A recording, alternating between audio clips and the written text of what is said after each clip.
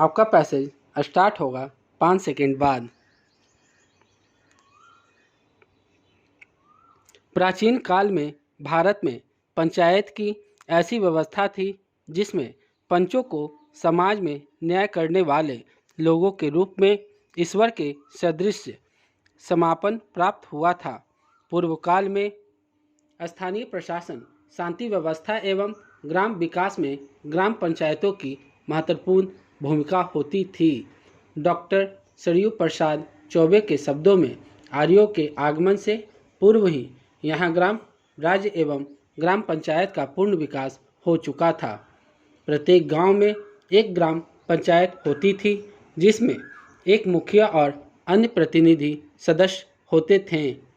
स्वतंत्रता प्राप्ति के पश्चात भी इनकी प्रासंगिकता बनी रही। इसलिए भारत में पंचायती राज व्यवस्था को संवैधानिक रूप से लागू किया गया है तथा पंचायती राज व्यवस्था के सुचारू रूप से कार्यान्वयन एवं ग्रामीण विकास की आवश्यकता को देखते हुए भारत सरकार के अंतर्गत पंचायती राज मंत्रालय के रूप में एक अलग मंत्रालय की स्थापना भी की गई है। Paragraph change. भारत में ग्राम पंचायतों का अस्तित्व वैदिक काल से ही रहा है। उल्लेखनीय है कि उस समय ग्राम पंचायत 5 प्रशासनिक इकाइयों में से एक थी। ग्राम के मुखिया को ग्रामीणी कहा जाता था। वैदिक काल के बाद भारत में प्रशासनिक इकाई के रूप में पंचायत, ग्राम पंचायत का अस्तित्व मुगल काल तक रहा, किंतु ब्रिटिश काल में पंचायत व्यवस्था छिन्न भिन्न हो गई। अंग्रेज चाहते थे कि प्रशासन से संबंधित कार्य यथासंभव उनके कर्मचारियों के हाथों में रहे। इसके परिणाम स्वरूप स्थानीय शासन व्यवस्था अर्थात ग्राम पंचायत का अस्तित्व धीरे धीरे समाप्त होने लगा। लेकिन प्रशासनिक स्तर को छोड़कर सामाजिक स्तर पर प्रत्येक जाति अथवा वर्ग में अपनी अलग अलग पंचायतें बनी रहीं जो सामाजिक जीवन को नियंत्रित करती थीं। पंचायत की व्यवस्था एवं नियमों का उल्लंघन करने वाले को कठोर दंड दिया जाता था।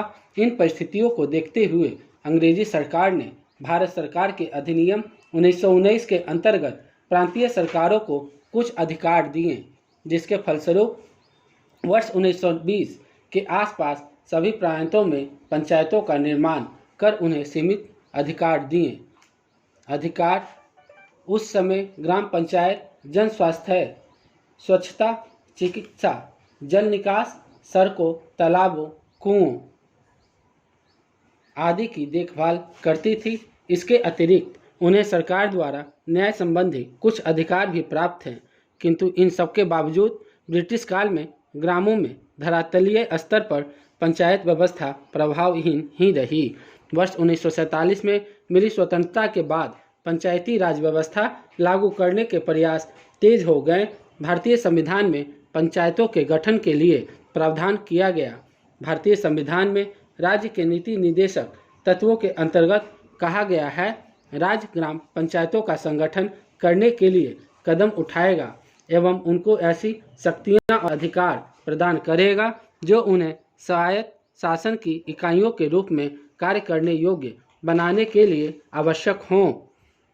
ग्रामीण विकास के लिए एक सुनियोजित कार्यक्रम एवं व्यवस्था पर विचार विमर्श करने के लिए भारत सरकार ने बलवंत राय मेहता की अध्यक्षता में जनवरी 1957 में एक समिति का गठन किया।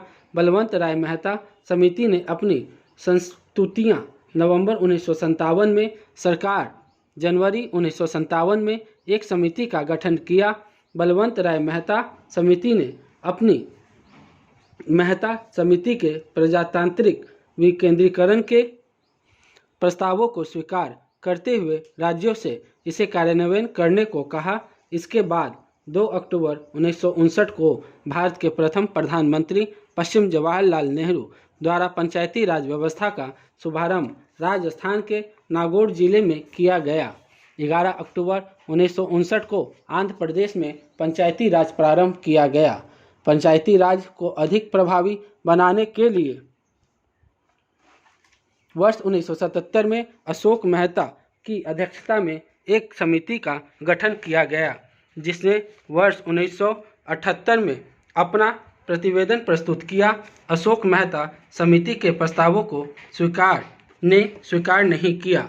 वर्तमान पंचायत व्यवस्था बलवंत राय मेहता समिति के प्रस्तावों पर आधारित है। Full stop.